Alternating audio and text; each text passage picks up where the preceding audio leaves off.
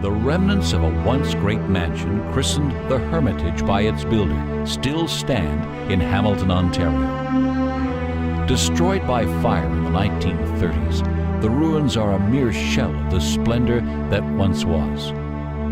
But among the remains, two paranormal entities from the manor's opulent past have been reported. A park employee approached the ruins and was shocked to see a body hanging from a tree. He was stunned, fearing someone had committed suicide. The figure swayed in the wind and then vanished. The terrified employee ran. Later, he learned there had been a suicide at that very spot, but he was over a century too late to have stopped it. Originally built in 1865, the Hermitage Ruins still stand in Hamilton, Ontario, a mere shadow of the Grand Estate's historic heyday. What's left of this once great home has been preserved for future generations, including the past residents who remain trapped in the mansion they once called home.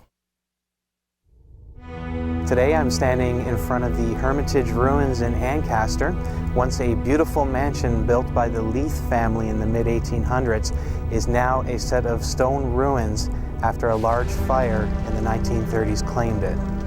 One of the legends at the Hermitage involves a coachman by the name of William Black. Now, William was a servant of Otto Ives. He was in love with his niece, so they went to Otto Ives and they told him about what was going on. He flipped out.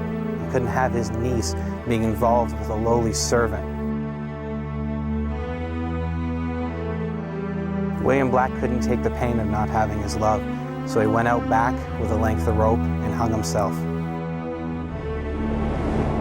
The legend goes that William Black still travels between the spot of where he's buried to the Hermitage, carrying his length of rope and looking for his lost love. People have reported seeing William Black here at night, the tall, dark figure of a man.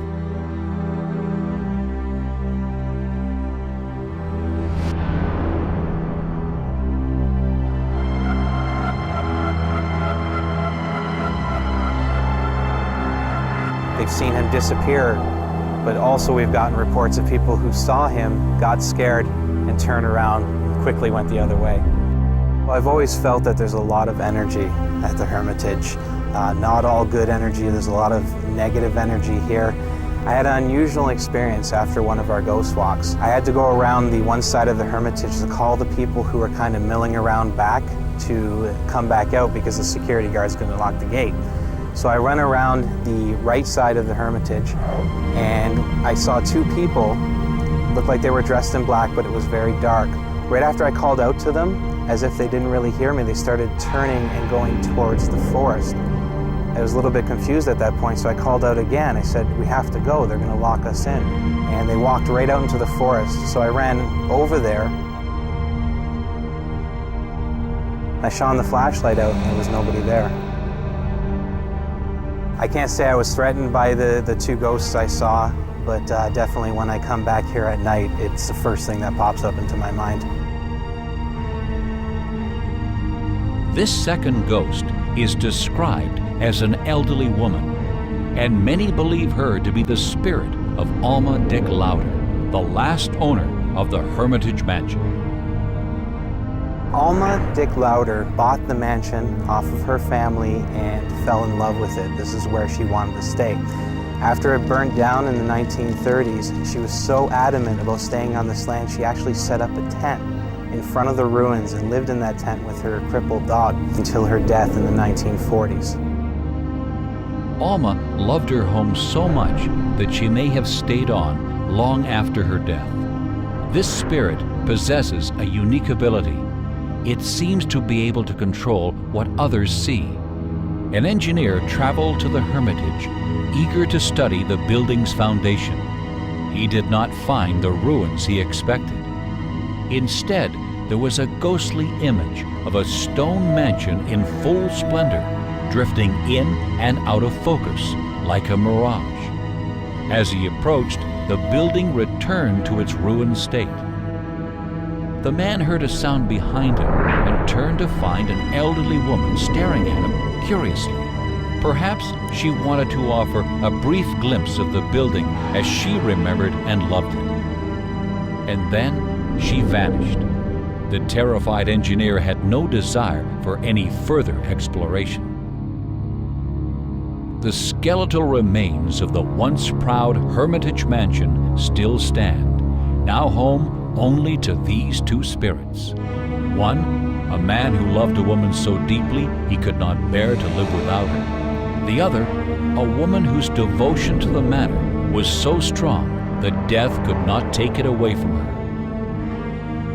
Thousands visit the ruins each year, but a fortunate few may, if the spirit is willing, catch a glimpse of the splendor which once was. In Montreal, Quebec, the building at 1234 de la Montagne Street has had a long and intriguing history. During the 1900s, it was a successful mortuary. In the 1970s, it was reborn as Club Espirit, the city's most popular nightclub. Ironically, the English translation of the word esprit is spirit. The manager of Club Espirit arrived early one day and was surprised to see a woman standing at the top of the stairs. She was alluringly beautiful.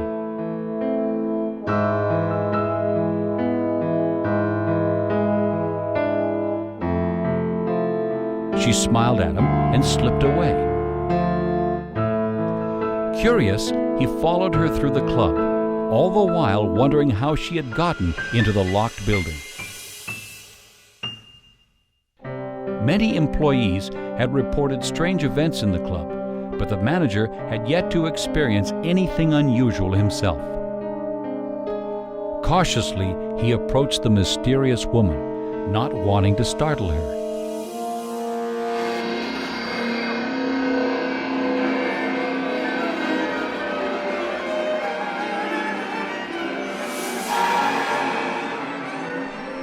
He was stunned by the horrifying vision and resigned as manager that day, making this his first and last paranormal experience at 1234 de la Montagne. The building at 1234 de la Montagne in Montreal, now home to the World Beat complex, has a particularly menacing haunting. These are not passive ghosts, but aggressive apparitions whose physical appearance embodies our darkest fears. The 1234 de la Montagne used to be the funeral home that was very well known around the whole Quebec province. But when it closed down, rumors circulated about necrophilia, which was never proven. Perhaps the spirits of those people whose bodies were defiled here have not been able to rest in peace. It's possible that the perverse events of the past have left a negative, supernatural energy in the present, which manifests itself in these nightmarish apparitions of the dead. During 1234 de la Montagne's period as Club Espirit, a hostess came face to face with the ghosts of the building's dark period as a mortuary.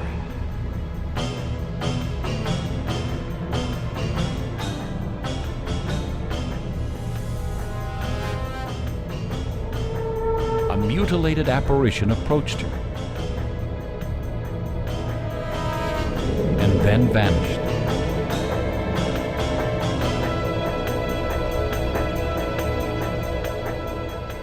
Suddenly, it reappeared over the landing, just a few feet away from her.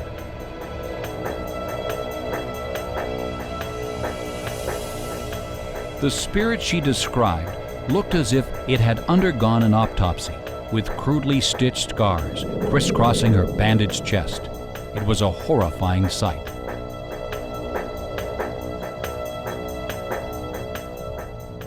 From what people have been reporting, we're not talking, about good, nice, happy spirits.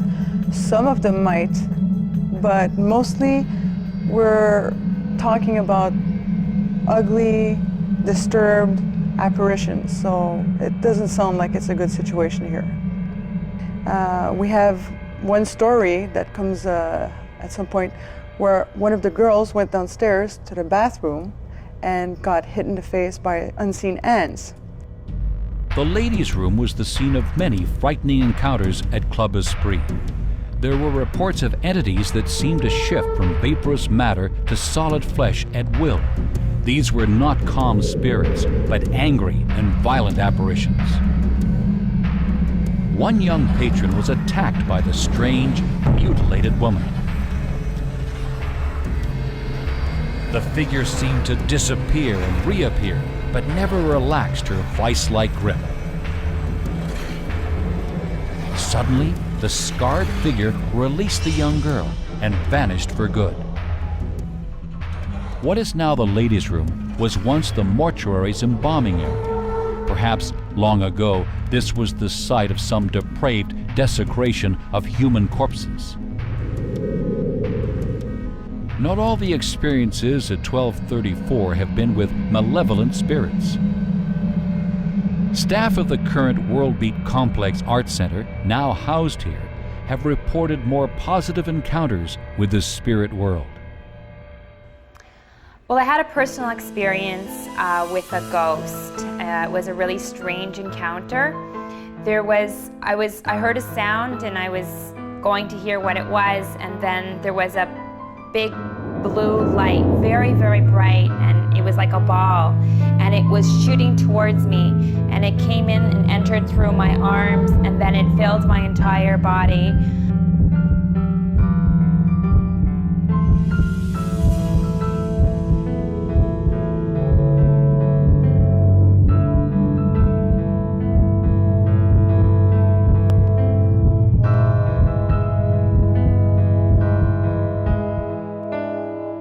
So after that, I couldn't believe it, but I didn't realize it was a ghost until after it escaped and it left my body. But it was a really crazy and overwhelming experience that I've never ever felt before. Okay, I think that there were more ghosts before. We actually had to hire a professional witch who came in, and she performed some cleansing ceremonies. But I still think that even after she got rid of a lot of them, that there were still some ghosts that stayed. I think that there will always be ghosts that feel home here, and that they're gonna always be here. I believe that the ghost activity has subsided here because it was abandoned for 8 years. It was abandoned for 8 years because a lot of the businesses that opened here had suffered already with, problems with their business because of the haunting activity here, which was not good. Possibly it subsided also because there was no human activity here to disturb the spirits themselves. As this building will progress, if people could start coming in, if it's more active, I believe that yes, it could come back. It could possibly restart the activities as it used to be. The new owners have had nothing but benign encounters with the resident ghosts and hope the darkness that has long surrounded this building has finally moved on. But perhaps the evil entities are simply lying in wait, plotting their new reign of terror on the living at 1234 de la Montagne. In Drummond Hill Cemetery, many claim to have witnessed soldiers from the past returning to this one-time battlefield. A waitress on her way home from work cut through the cemetery. Although this was her normal route, on this particular night, for some reason, she felt uneasy. With every step, this feeling grew. It was as though she was being watched.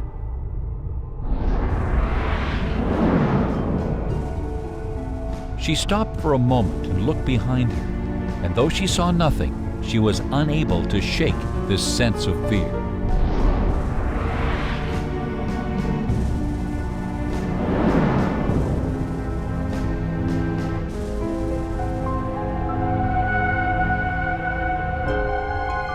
It wasn't until she was beyond the gates of the graveyard that she felt safe.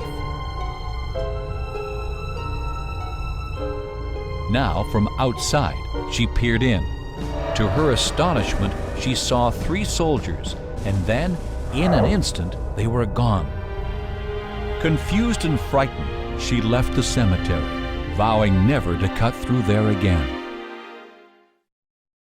In 1812, the Battle of Lundy Lane took place on Niagara Falls, Drummond Hill.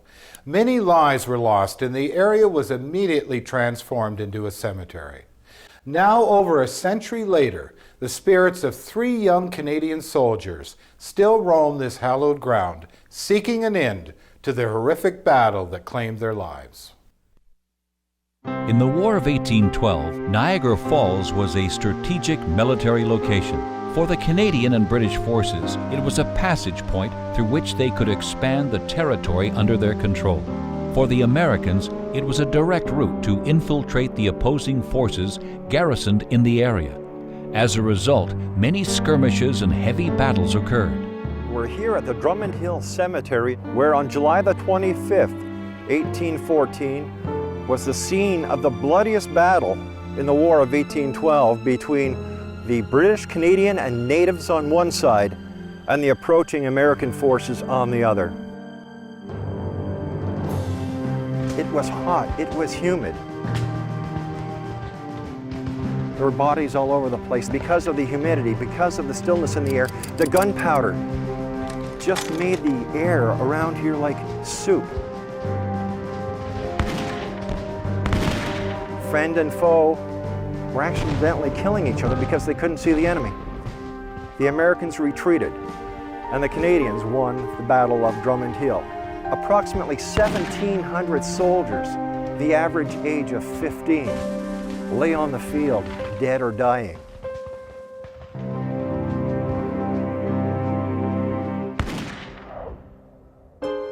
One day, a local man took his normal shortcut through the cemetery to get home.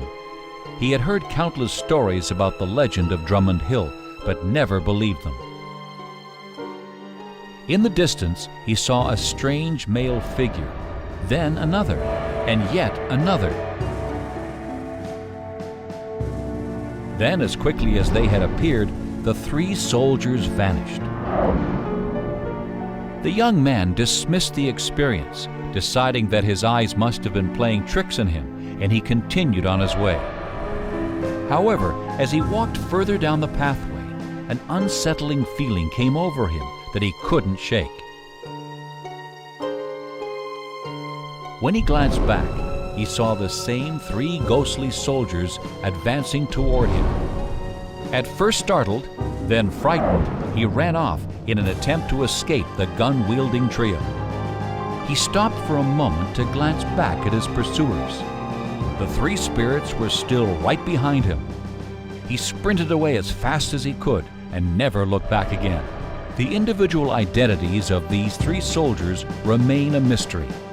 It is believed that they died at the Drummond Hill battle, protecting the British line. Perhaps they were 3 friends, fighting and dying side by side. Over the years, the Drummond Hill Cemetery has become somewhat of a tourist destination for Americans and Canadians alike. But recently, a new kind of tourist has shown up here, the ghost hunter, the paranormal seeker, the researcher. There have been specters of lights photographed. There have been soldiers as if standing guard over certain tombstones. Truly, this has got to be one of Canada's most haunted graveyards. This unlikely tourist destination attracts thousands of history and war enthusiasts every year. One such visitor came to admire the graveyard's historic headstones. However, on this night, he would encounter more of the past than he had bargained for.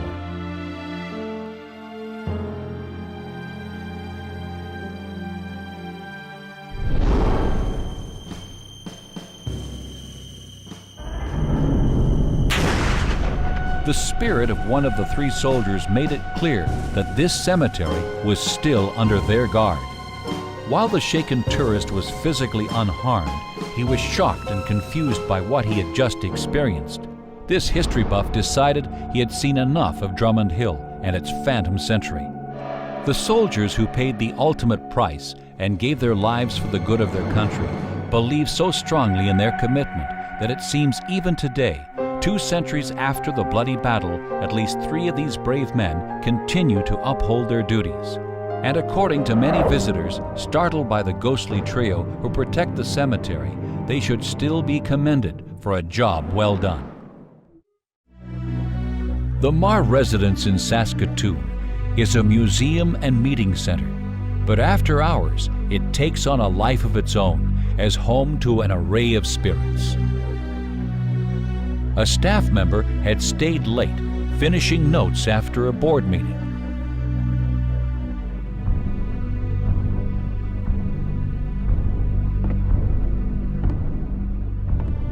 She heard footsteps echoing through the empty house. The sounds seemed to be coming closer and closer.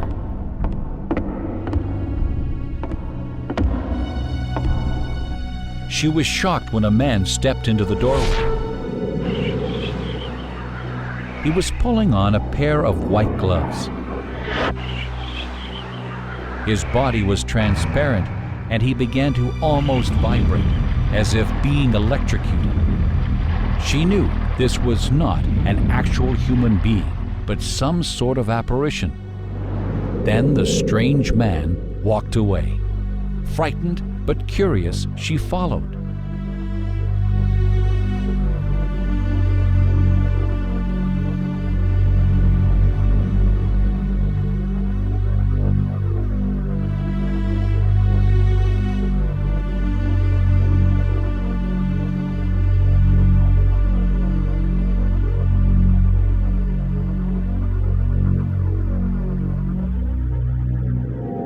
Entering the downstairs parlor, she found herself surrounded by floating orbs of light. These luminescent balls seemed to dance around the room, accompanied by the sound of children's laughter. The mysterious lights fascinated her, and for a moment she forgot her fears.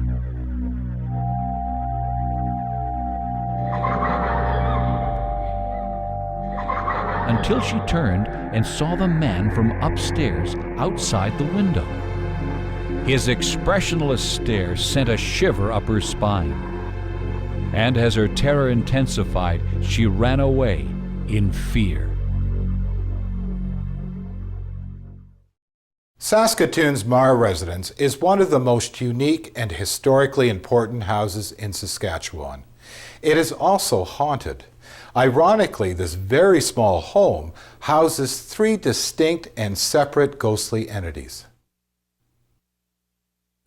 The Marr is the oldest house in Saskatoon that's still on its original site. It was built in 1884, and the city acquired it in 1979, and it became a designated heritage property and is now open to the public for programming. There was a group of school children that came through the building one summer, and one of their chaperones was a woman who was psychic, and she was very intrigued by the possibility of ghosts, and actually came back later and walked through the house with us and described the various presences, including the fellow in the upstairs bedroom. She said he was a fairly reclusive sort, spent a lot of time in his room reading.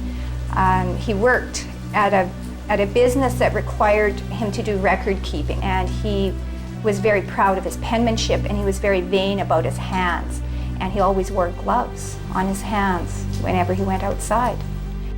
The antique desk that was once in the upstairs bedroom is now displayed in the parlor. This may explain why the ghost has begun to appear downstairs. For a quiet, educated man, this writing table was most likely where he felt at home.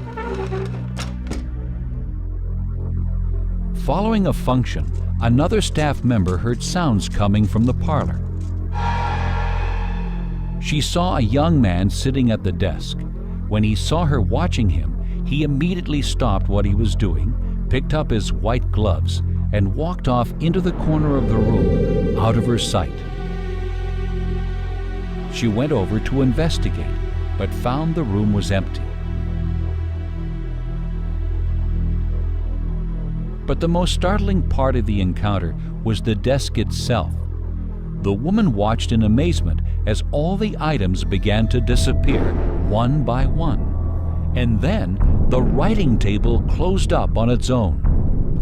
The room had returned to normal, but she couldn't shake the feeling that there was still something there with her.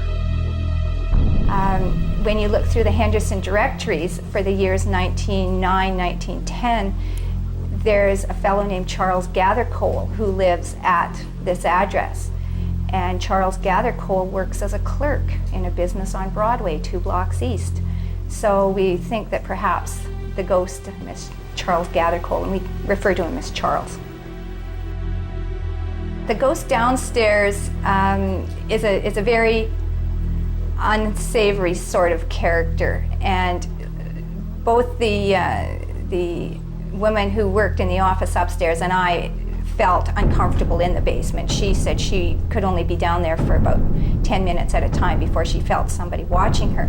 And he's big and burly and dirty and bearded, and he's got yellow teeth and yellow fingernails, and he smells. He's just a very unsavory character. And he also has expectations of women and that they should know their place. Many of the staff have had unnerving encounters with the spirit in the basement. A woman went downstairs to locate some stored files.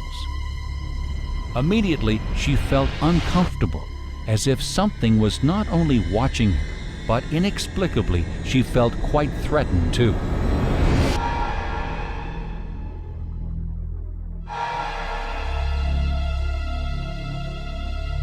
Something began to pull at her purse. Some invisible, malevolent force was trying to take it from her. She held on tightly to the bag, and for a moment her unseen attacker relented. Then an imperceptible energy pushed her against the wall, almost knocking her to the floor. Terrified, she ran upstairs and has never returned. No one knows who this malicious spirit could be, or why he seems to have such a disdain for women. The third paranormal being at the Marr residence is in sharp contrast to the dark, evil entity in the basement. Passers-by often report mysterious flickering lights in the windows. This phenomenon is known as sprites or pixie lights. Employees have witnessed these lights on several occasions. They report seeing small glowing orbs that float through the rooms in an almost playful fashion. Some staff members were convinced that if you stared directly into the orbs, you could catch quick glimpses of children and hear the sounds of their laughter. These mysterious lights, also known as dead man's candles, are most often seen in cemeteries. Native Indian legend suggests they were there to guide the recently deceased through limbo and onto the other side. Perhaps before the Saskatoon area was settled by Europeans, Indigenous people used this spot as a burial ground. The ghosts of the historic Marr residence are truly a unique combination. Trapped in this small space are childlike balls of light, a quiet, solitary man, and an embittered brute that dwells in the basement. Why such a diverse group of spirits have chosen to share this home remains a mystery. Perhaps the floating orbs are really mystic guides trying to lead the other two souls beyond the confines of Earth and into the freedom of the afterlife. Calgary's Hose and Hound pub is now a popular night spot, but the building was originally a fire station built almost a century ago. It has also been the scene of many unexplained events.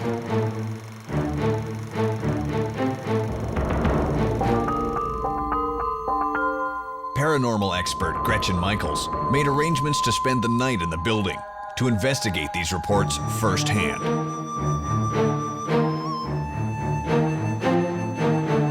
Suddenly, an antique fire axe fell from the wall, missing her by mere inches.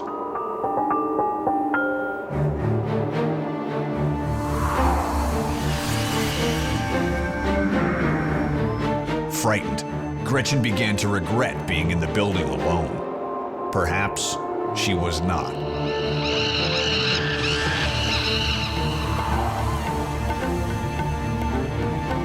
She entered the darkened kitchen, using her camera's night vision feature to see. Something small was moving around on the shelves, perhaps an animal. Then, some unseen force pelted her with objects from the kitchen shelves, unleashing a barrage of baskets and utensils.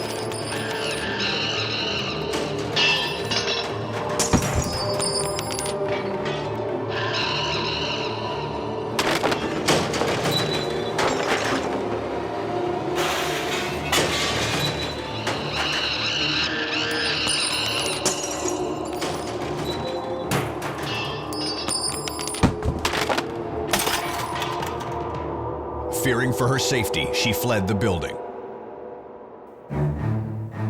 The next day, Gretchen visited Chuck Rose, owner of the pub, to show him a remarkable piece of videotape. What the tape had captured for a brief second was not a ghost per se, or what people perceive a ghost to be. The tape showed something very different. It appeared to be a monkey?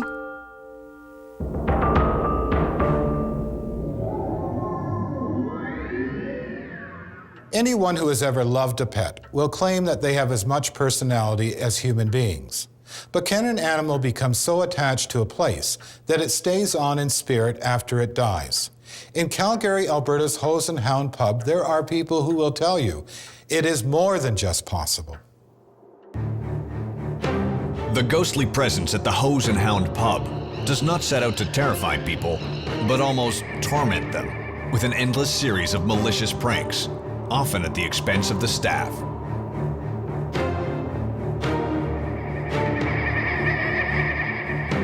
Trays of food are a favorite target, and staff report hearing a strange sound after one of these incidents, as if someone or something was laughing at them.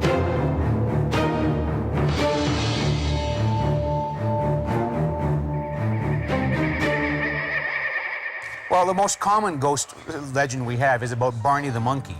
The very first fire chief of Calgary was a guy named Cappy Smart, and he had a thing about animals. He had several monkeys here through the years. Barney the monkey was a mascot for the firemen here at Fire Hall number 3. One day they were out fighting a fire, and they left Barney tied up to the flagpole out front.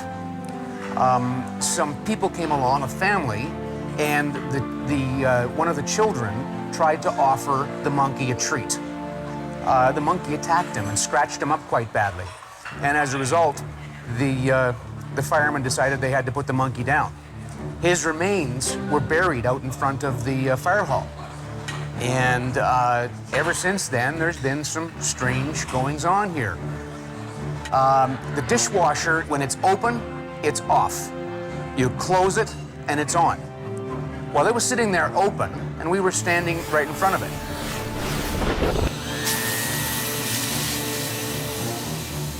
And all of a sudden, it came on with the lid open. The next day, I talked to the people who supplied it for us, and they said, it can't do that. They said they checked it out, they sent a repairman. The repairman said, no, everything's working perfectly, and what you're describing can't happen. Well, it did happen. The pranks played by the spirit known as Barney are not always so harmless. A waitress was cleaning the upper level prior to opening. She heard the sounds of something moving on the opposite side of the room. Suddenly, the balls on a pool table broke with a deafening crack. Yet there was no one else in the pub.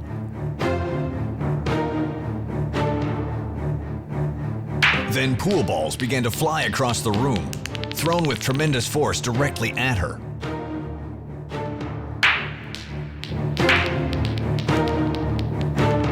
Fearing for her safety, she raced from the room. Many think that this was one of Barney's more violent outbursts.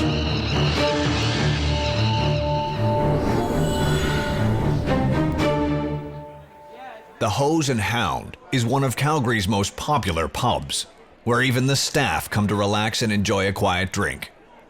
But some think Barney may have an appetite for alcohol.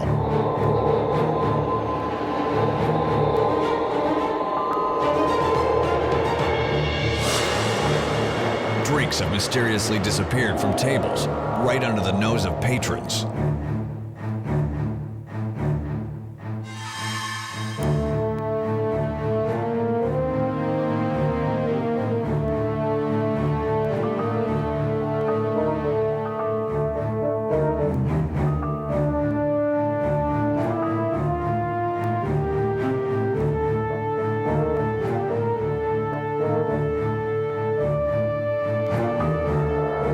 Later, they have discovered their now empty glass, far from its original location. Some suspect that Barney may have had a hand in these beverage hijackings. Working animals often show a level of devotion equal to any human being. Perhaps Barney's dedication to the firehouse was so great in life that it has carried over beyond death. Whether he is feeling playful, malicious, or just thirsty, this former mascot continues his supernatural monkey shines at Calgary's Hose and Hound pub. Hotel Fort Garry has been Winnipeg's grand hotel of distinction since 1913. Unique to this hotel, however, are two long-dead guests who have yet to leave.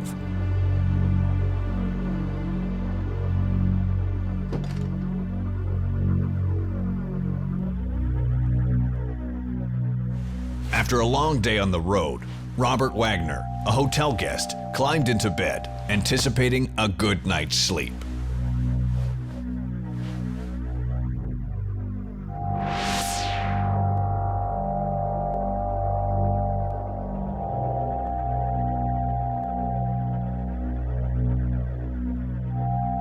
Adjusting his position in bed, he turned and felt someone lying in the bed next to him. Panic gripped him as he opened his eyes, only to see a woman in bed with him. As he looked in the direction of the woman, she gently blew him a kiss and vanished.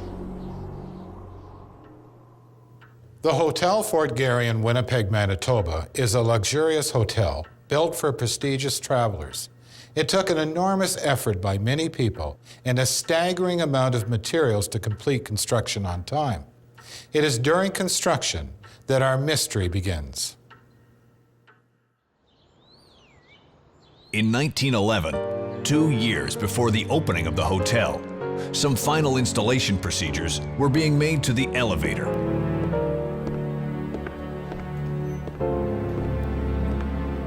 Rutherford, the hotel's maintenance man, was called to work on the problem.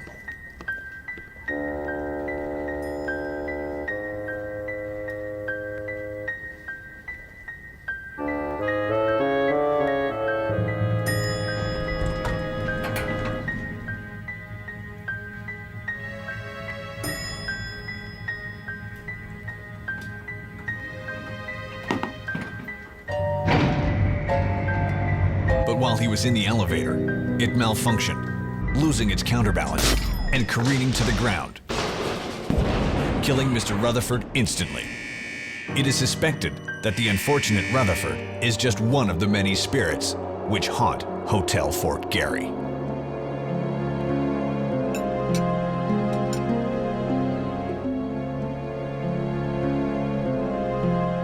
Betty Cooper, a kitchen staff member, was laying out utensils and prepping the dining room for its next guests, when suddenly she felt a presence in the room, as though she were not alone. From the corner of her eye, Betty saw something move.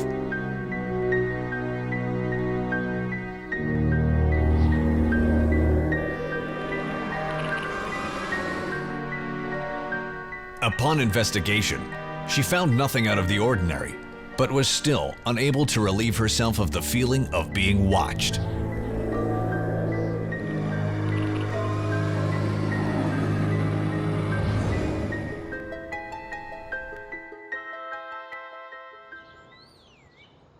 Another tale tells us of a love story gone horribly wrong. Mary and her young lover John had eloped. Secretly, they thought. They hid themselves away at Hotel Fort Garry for a honeymoon. It was in room 202 their marriage and their fate would be sealed. Disapproving of both the marriage and John, Mary's father discovered their whereabouts and stormed into the room, dragging the hapless husband away from his daughter.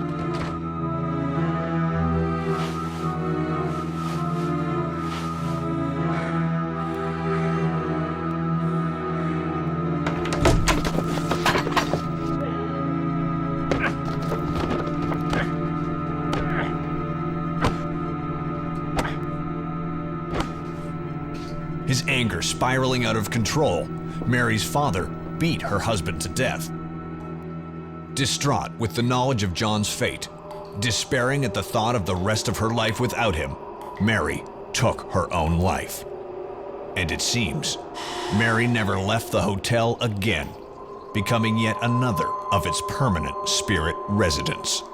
Hi, my name is Kate, and I've been working here at the Hotel Fort Garry for 3 years. One day, I went to go clean room 202. As I was doing so, out of the corner of my eye, I saw one thing out of my cart start flying.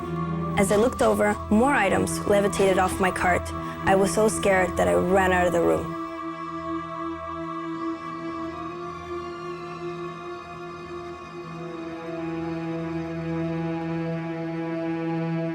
My name is Diane. I was staying at the Hotel Fort Garry here in Winnipeg, and one night I was staying in one of the rooms and I was sleeping.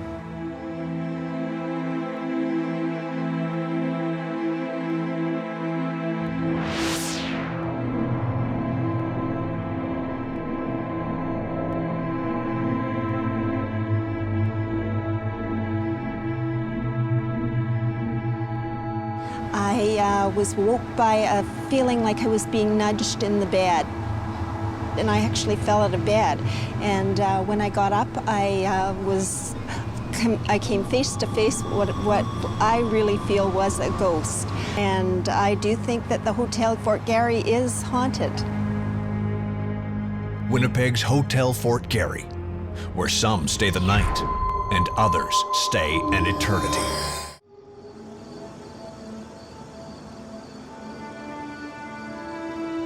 Walter Peck, a staff member at Edmonton's Mackay School Museum, was working late, preparing a room for an important meeting the next morning.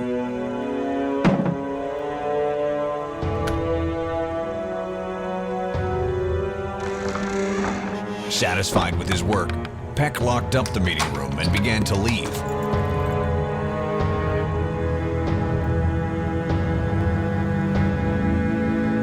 As he walked down the hall, he heard the sounds of children echoing through the empty building.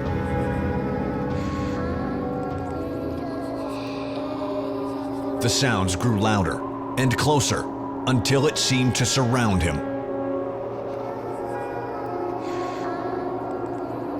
Frightened, Peck ran from the building. Outside, Peck felt a bit embarrassed, knowing there had to be a rational explanation for what he had just experienced. Peck glanced back at the building. Standing at the window of the meeting room was a man, staring down at him. Convinced it was a burglar, he raced back into the building. He found the only door into the meeting room was still locked.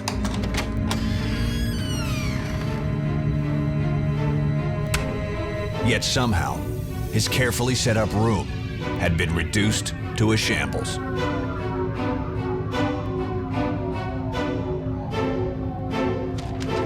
He turned and found himself face to face with the figure he had seen in the window. The man stared at him coldly, then silently turned and left. Peck ran into the hallway, but the figure had disappeared, and he was alone once again. Now, genuinely unnerved, he locked up and quickly left the building.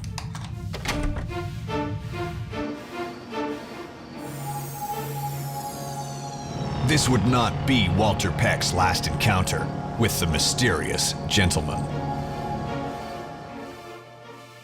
Edmonton, Alberta's Mackay Avenue School Museum chronicles the long history of both the city and the building. But this is a museum where the past literally comes to life. The staff and visitors report an astonishing array of unexplained activity.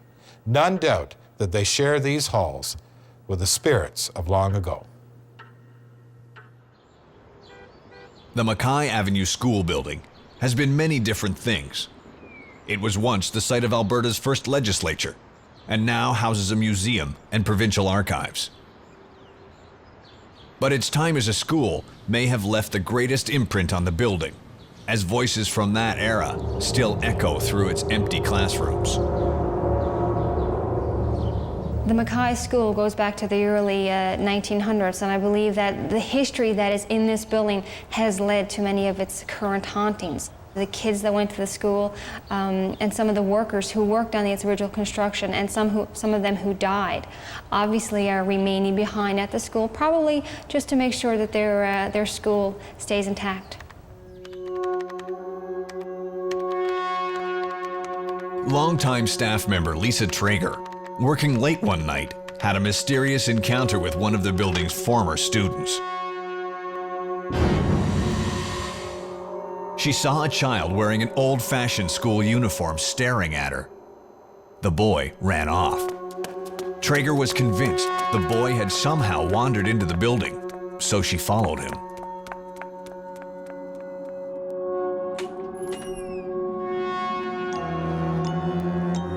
The boy glared at her, angry at the intrusion.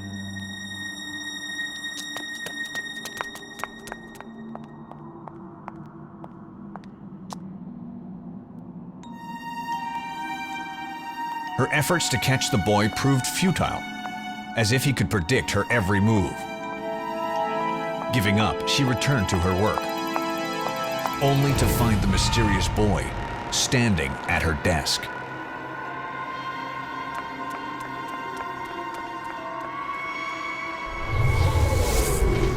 Her search turned into an eerie game of hide and seek, but the boy almost seemed to disappear and reappear at will.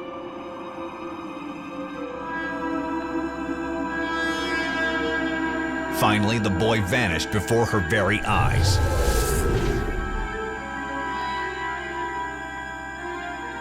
Shaken, she returned to her desk, only to discover her computer and paperwork strewn around the room. It looked as if a tornado had struck, or an angry child. Other members of the staff have investigated the phenomena and discovered clues to at least one spirit's identity. I've been here since October 1984, and the building I work in is haunted because a lot of people have had different and unexplained experiences, including myself. There's been many nights with the Ouija board, and the very first time with the Ouija board, I made contact with a fella, and he identified himself as Peter.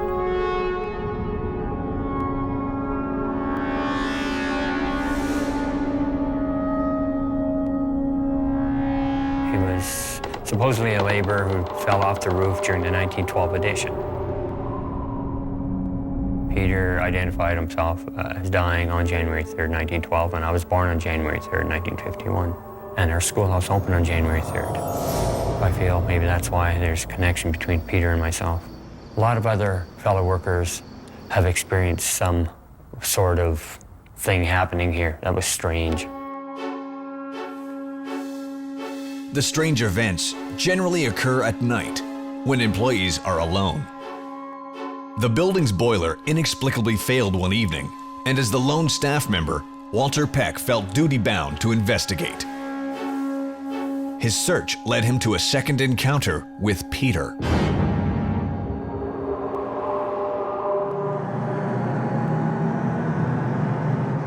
Peck has since moved on to a new position and declined to be interviewed about his experiences.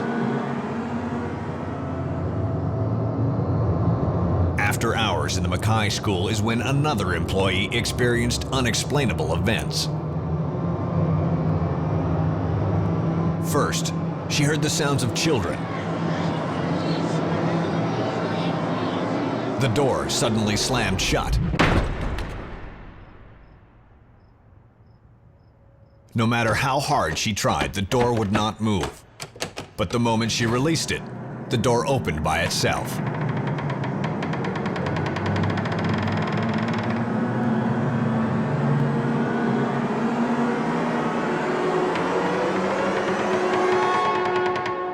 As she made her way out of the building, The sounds of children surrounded her.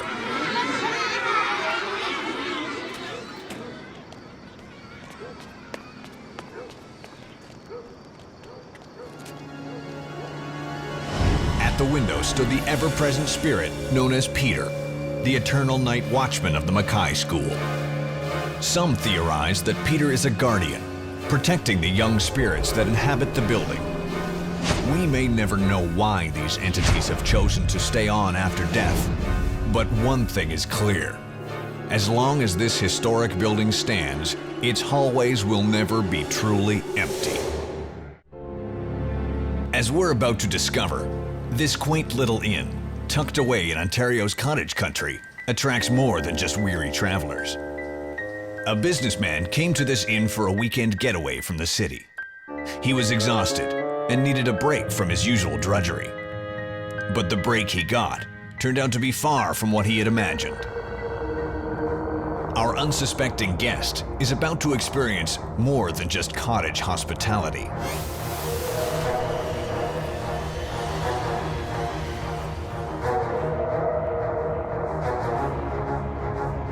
The visitor felt as if he was being followed. In fact, he was, by the spirit of Judge William C. Mahaffey, the inn's original owner and, it seems, still ghostly occupant. When the traveler reached his room, he could not shake the unsettling feeling that came over him. Then, as he opened the door to his room, he discovered why. He came face to face with the judge.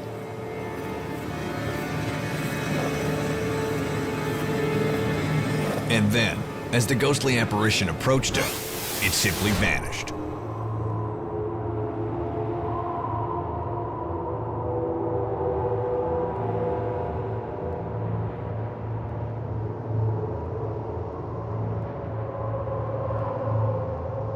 The astonished traveler looked for the judge, but finding nothing, dismissed it as fatigue. But for this guest, it wasn't over. As yet another spirit, this time that of a woman many believe to be Mrs. Jackie Niven, a former owner, who after suffering from cancer, passed away in the home.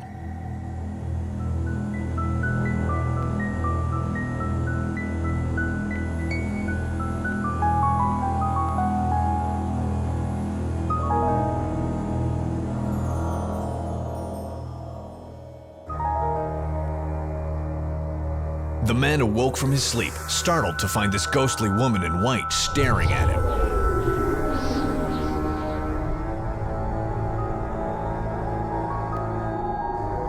This time, there was no denying it. In one night, our tired vacationer had two distinct ghostly encounters.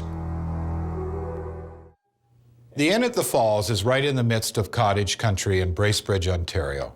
Throughout its existence, the inn has seen many changes. Changes resulting from death, fires, economic turmoil, renovation, and restoration. Surviving all of this, the building remains steadfast and dignified and haunted. I started here at the inn in 1983, and I was here to the year 2000. You're at Inn of the Falls, and it's in lovely Bracebridge, Ontario. This place had a mind of its own, and that it would only keep who it wanted, and that if it didn't feel that you were welcome here, that you would not stay. And the people that I started with there was a lot of activity at that time when they were here. They, like ashtrays would fly off the counters, clothes would fall off hangers, fly across the room. Some people say, including myself, that Inn at the Falls in Bracebridge is a haunted house. And it truly is.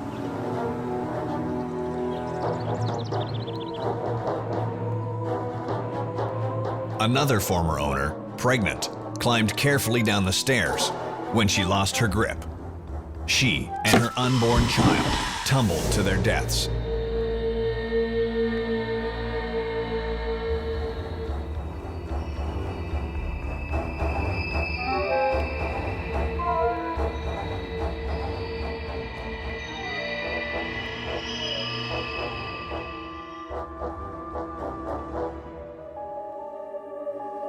Late one evening, a guest at the inn was awakened from a deep sleep by footsteps.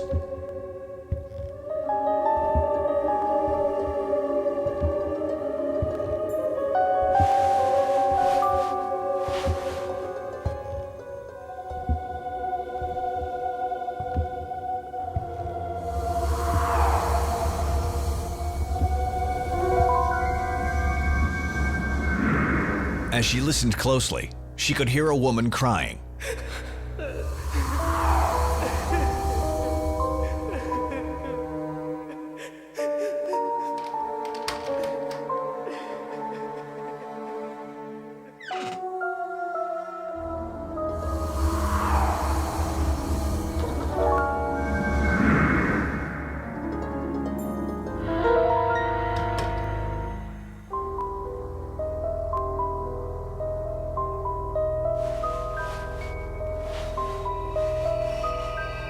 When the sound stopped, she returned to bed.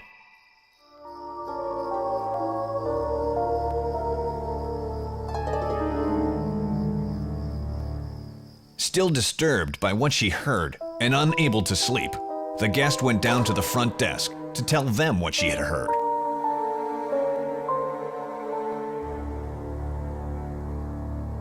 She asked the staff person if someone was having difficulty on her floor. Astonished with the guest question, the clerk responded by telling her that she was alone on the floor.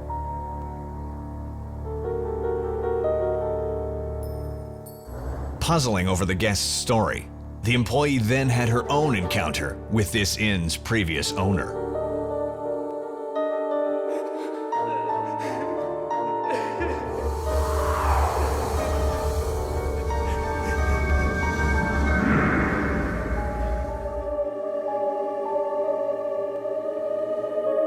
Inn at the Falls in Bracebridge, Ontario, is a great place to stay. Where else can you expect cozy rooms, excellent service, and a variety of ghostly encounters? Hatley Castle, at Royal Roads University, was once the magnificent residence of the incredibly wealthy James Dunsmuir, who seems to live on there long after his death. Laura Johnston, a visitor to the castle, found this out firsthand. Entering the castle, Laura had the distinct feeling that she was not alone. With an eerie feeling of being watched, she glanced up behind her, where she saw a dark, shadowy figure on the landing, who seemed to be staring directly at her. Slowly, she made her way to the top of the stairs, but saw no one there, at first. Suddenly, an older gentleman startled and frightened Laura as he approached her. Laura Johnston certainly was not the first to see James Dunsmuir long after he had died, and she wouldn't be the last, as his spirit seems bound to the hallways and rooms of this, his former mansion, for all eternity. Victoria's Hatley Castle in British Columbia was built for James Dunsmuir, a former premier and lieutenant governor of British Columbia.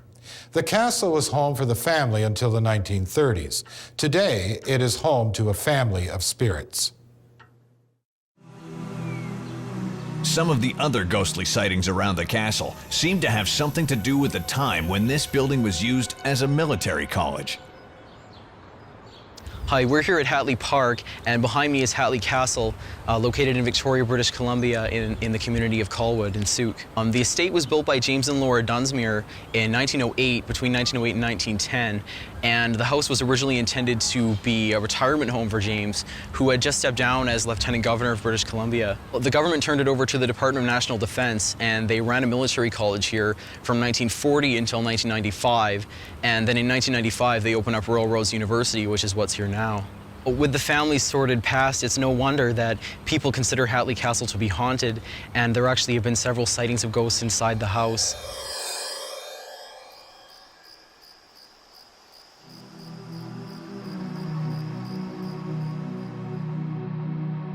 Cramming for exams can be a pastime for some students, and so it was for Barry Short, first-year cadet who was up late one evening, getting in as much work as he could for an upcoming exam.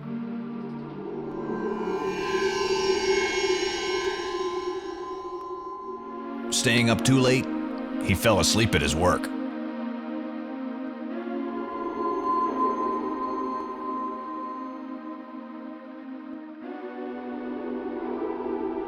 A tapping on his shoulder awoke him. Looking around, he saw no one and, thinking he must have been dreaming, drifted back to sleep.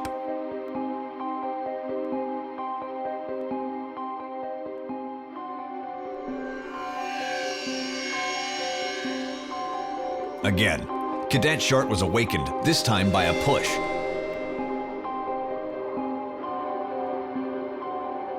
He looked up and saw a woman staring directly at him. As he watched her for what seemed like just a moment, she walked away and simply vanished. The young cadet tried to get a grip on himself. Was he dreaming? Or was he just visited by a ghost? Perhaps the ghost of Laura Dunsmuir. They took the description that he gave and went to visit Dola, who was living on the property at the time, and they described the woman to her, and she said that it was the spitting image of Laura, her mother.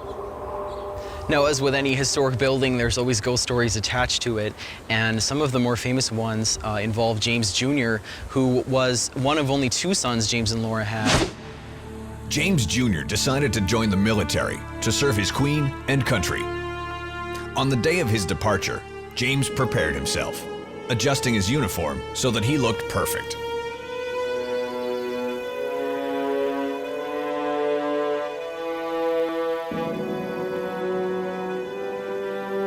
He joined his sister Dola and his parents in the Japanese garden for one last goodbye.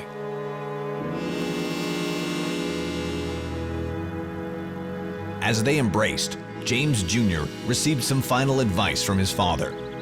He knew how much his family loved him and wished him home safe and soon. It was a sad yet proud moment for the Dunsmuir family as they watched their beloved James head off to serve his country, like his father and grandfather. This proud moment would turn into tragedy, haunting the Dunsmuirs throughout the remainder of their lives and beyond.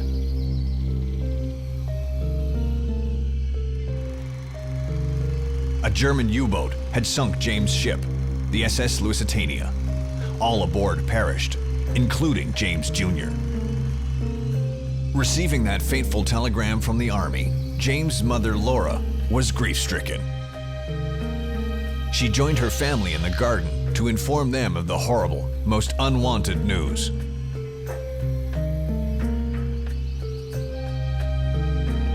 The family was shaken to its very core, and they did their level best to console one another. The Dunsmuirs never really recovered after the death of their son.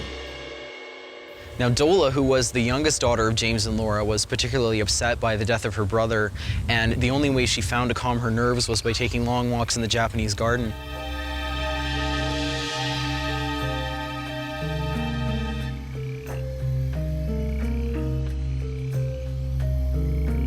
It was in the beautiful Japanese garden, where Dola had last seen her brother, that she had the first recorded experience with the spirits of Hatley Castle.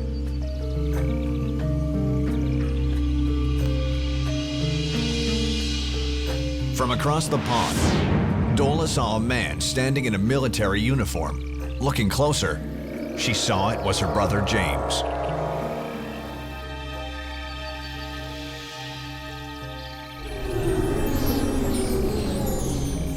Dola quickly ran to him. She missed her brother terribly and wanted to tell him how much she loved him.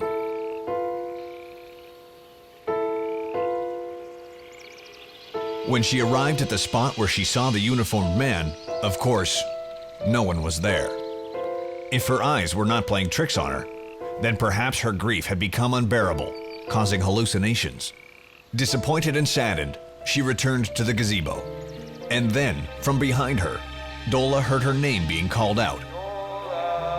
She looked back and saw her brother, and somehow she knew her brother understood exactly how she felt. It was as though James had come to say his final goodbye to his sister, and then vanished. Visitors to Victoria's Hatley Castle in British Columbia, now Royal Roads University, may still encounter the Dunsmuir family, who seem bound for all eternity to this incredible castle. The beautiful and elegant Dean House restaurant is a popular dining spot in Calgary, Alberta. But this lovely building was also the scene of a tragedy, one which has given it the reputation as Alberta's most haunted building. One night, a staff member was alone in the building, yet she clearly heard footsteps coming from the attic. The footsteps ended, replaced by the soft notes of a piano.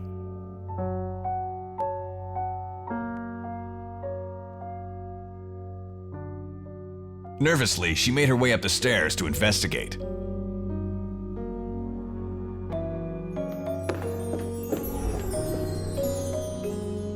She entered the upstairs parlor, but the room was empty.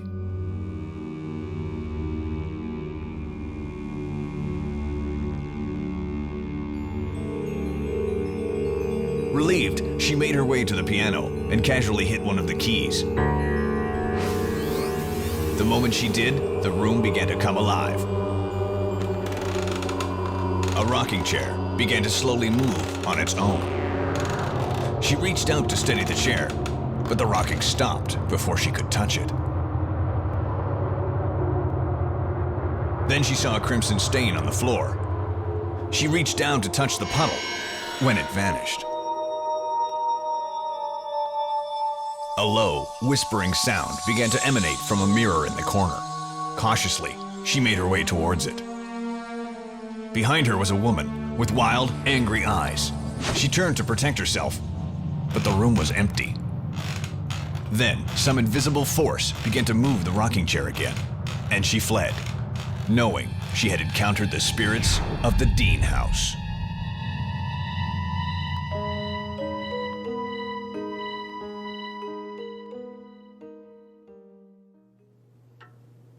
Calgary, Alberta's Dean House restaurant is located in Fort Calgary, where the city's history is celebrated. But the Dean House itself has a very different past, one which may be better left forgotten. When night falls, its dark past sometimes comes to life. The Dean House was built by the last serving superintendent of the Calgary Barracks, Captain Richard Burton Dean, and he moved into the house in 1906. And lived in the house until 1914. The house is currently operated by the Fort Calgary Preservation Society as a restaurant. There are stories about hearing footsteps. The first week I worked at Fort Calgary, one of the windows on the third floor mysteriously blew out. Philip Dawson, former manager of the restaurant, had many paranormal encounters. He was closing up after a private function when he heard footsteps coming from the stairs. A gaunt-faced man began to descend, and as he approached, the temperature of the room dropped. The man completely ignored Philip, passing him and walking out onto the enclosed patio. Stunned for a moment, Philip followed the man. But there was no sign of him on the enclosed patio. Yet there was no other exit. It was as if the gaunt-faced man had vanished. This would not be the last time the spirits of the Dean House paid Philip a call.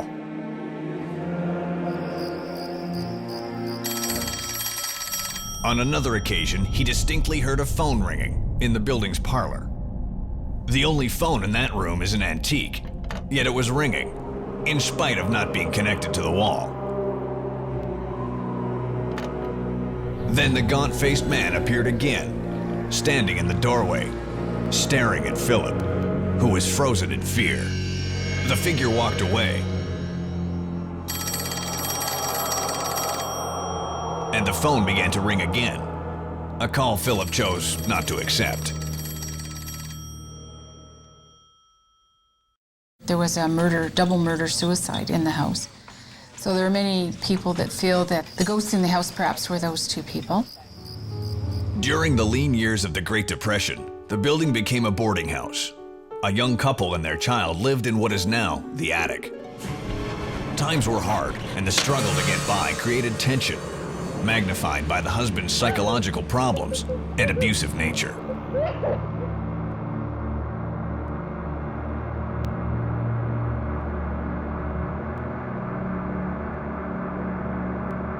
The husband's behavior became more and more erratic until finally, one night, his inner demons took control. Holding a butcher's knife, he made his way into their bedroom.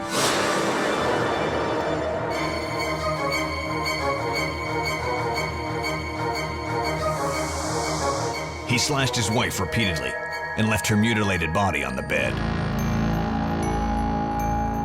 Consumed with guilt, he used the same knife to slash his own wrists.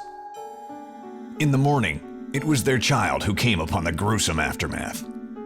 She survived the experience physically, but psychologically, it destroyed her. The brutal acts committed here may have left a permanent imprint on the house. The spirits of the family may be trapped within its walls forever, each in their own personal hell. There are reports of a ghost child, an innocent and tragic figure seen hiding in and around the attic.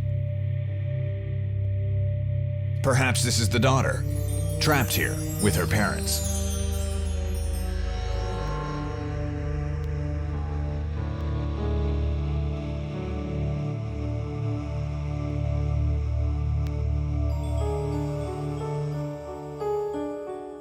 Philip Dawson had another strange experience.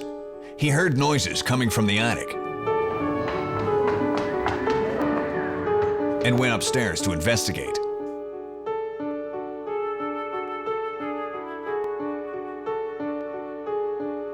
Upon entering the attic, he saw a child, dressed in clothing from a bygone era.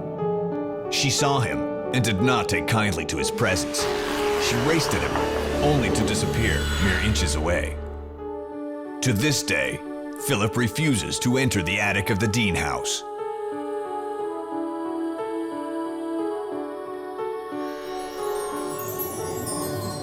The ghosts of the Dean house represent a tortured family portrait.